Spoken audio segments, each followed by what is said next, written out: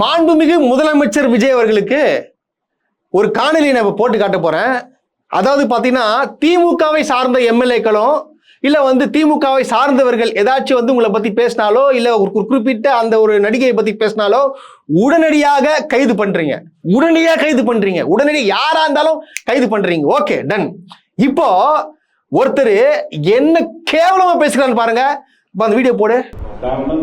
சட்டமன்றத்திலே போய் அப்பாவை தேடுவாங்க. வீட்டுல போய் அம்மாட்ட கேட்டா தானே அப்பா யாருன்னு சொல்லுவாங்க. ஆனா சட்டமன்றத்தில போய் அப்பாவை தேடினா யாரும் கிடையாது. இப்படிப்பட்டவர்களுடைய ஆட்சி தான் இன்னைக்கு நடந்து கொள்ளுமா? இது பாத்தீங்களா? அது என் வாயில நான் சொல்ல முடியல. எனக்கு இது பேசுறதுக்கே எனக்கு அசிங்கமா இருக்குது. எனக்கு வீட்டுல போய் அம்மா கிட்ட கேளுங்க, அப்பதான் அப்பா யாருன்னு சொல்லுவாங்க. என்னது இது? ஏங்க இது பேச்சாங்க? அது ஒரு தலைவர் பேசலாமா? எங்க அக்கா குஷ்பு அக்கா எங்கக்கா இருக்கிறீங்க? வாங்கக்கா. அக்கா என்ன பேசுகிற பாருங்க. இந்த ஆளு நயினார் நாகேந்திரன் கேளுங்க அக்கா. தமிழிசை சவுந்தரராஜன் அக்கா வாங்க கேளுங்கக்கா. எப்படிக்கா அது மாதிரி பேசலாம்? ஒரு முதலமைச்சரை பார்த்து பேசலாம் எப்படிக்கா? உடனே என்ன சொல்லுவாங்க, நான் முதலமைச்சர் நான் சொல்லவே இல்லையே, நான் ஒரு குறிப்பிட்டவரை பத்தி சொன்னேன் அப்படின்னு சொல்லுவாங்க.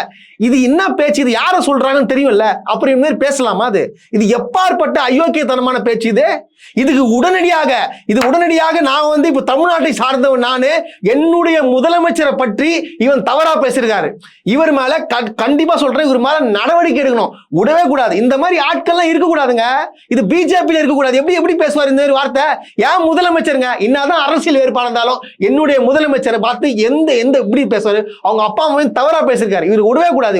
இவரை உடனடியாக கைது பண்ணணும். பிஜேபி மேல பயம் இல்ல.